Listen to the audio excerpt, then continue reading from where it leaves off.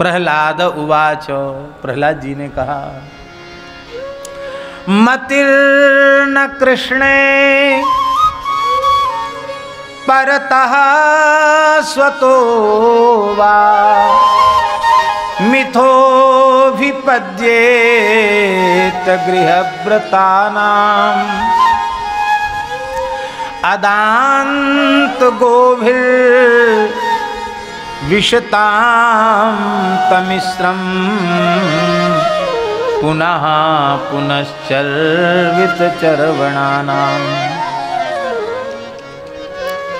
भगवान श्री कृष्ण के चरण कमलों में बुद्धि ना तो अपने आप लगती है, ना किसी के द्वारा प्रेरित किए जाने पर लगती है। भगवान में बुद्धि अपने आप लगती होती तो कथा कीर्तन में जाने की क्या जरूरत है, और प्रेरित करने से लगती होती तो पहले प्रेरित करने वालों की बुद्धि तो लगे। जो लोग दूसरों की बुद्धि भगवान में लगाने का ठेका लिए घूमते हैं हमारे जैसे, उनकी बुद्धि भी भगवान में नहीं लगती। रुपया पैसा मान बढ़ाई पद प्रतिष्ठा ईंटा पत्थर, इसी में बुद्धि लगी रहती है, भगवान में बुद्धि नहीं लगती। क्यों नहीं लगती? बोले पुनः पुनश्चर्वित चर्वणानाम, चबे हुए को चबा रहे हैं, उगले हुए को खा रहे हैं। ऐसे विषयात्मा जो विषयासक्त जीव हैं, उनकी बुद्धि न अपने आप भगवान में लगती। ग्रहासक्त जीवों की, विषयासक्त जीवों की। अब ऐसे विषयासक्त जीव भी भगवान में अपनी बुद्धि लगावें, उसका क्या उपाय है? प्रहलाद जी कहते हैं, विषय की वासना से जिनका अंतःकरण दूषित हो गया है,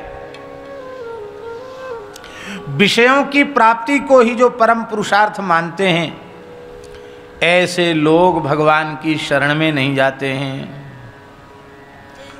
उनको यह समझ में नहीं आता कि सारे स्वार्थ परमार्थ की पूर्ति भगवान की कृपा से ही संभव है।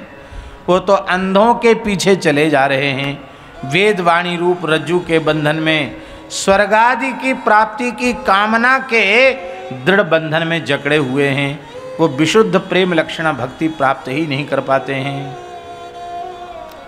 पर ऐसे कर्मकांड में जिनकी आसक्त बुद्धि फंसी हुई है, भोगों में विषयों में जिनकी बुद्धि फंसी हुई है, ऐसे जीव भी यदि भगवान का प्रेम प्राप्त करना चाहें तो उसका कोई साधन है? बोले हाँ है साधन। क्या साधन है? कहते किसी निष्किंचन संत की चरण रज का अभिषेक कर ले, वो चरण रज अपने मस्तक पर चढ़ा ले तो उसका मन भी कृष्ण में लग जाएगा। उत्तम पक्ष था कि हिरण्यकशिपु को बिना संकोच के प्रहलाद जी की चरण रज मस्तक पर धारण कर लेनी चाहिए थी। संकोच नहीं करना चाहिए कि बेटा है कि बेटी है। महाराज भक्ति ऐसी है कि पुत्र को प्रणाम किया, भक्ति ऐसी है कि पत्नी को साष्टांग प्रणाम किया। आमेर के महाराज मान सिंह माधो सिंह, उनकी महारानी रत्नावती महान भक्ता थी। महाराज ने रत्नावती को साष्टांग प्रणाम किया धरती में लौट करके। आमेर महाराज ने,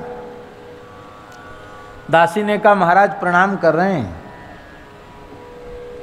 रानी ने लाल जी का श्रृंगार कर रही थी, चंदन से पत्रावली बना रही थी। दासी ने कहा देख तो लो इनकी ओर। रानी ने कहा एक ओर ये लगाए हैं, इन आँखों को श्याम सुंदर की ओर लगा दिया। संसार के पति पुत्र नहीं देखना इन आँखों से, ये तो ठाकुर जी में लग गई है। कहा ये प्रणाम कर रहे हैं, रो रहे हैं, अपराध की क्षमा याचना कर रहे हैं।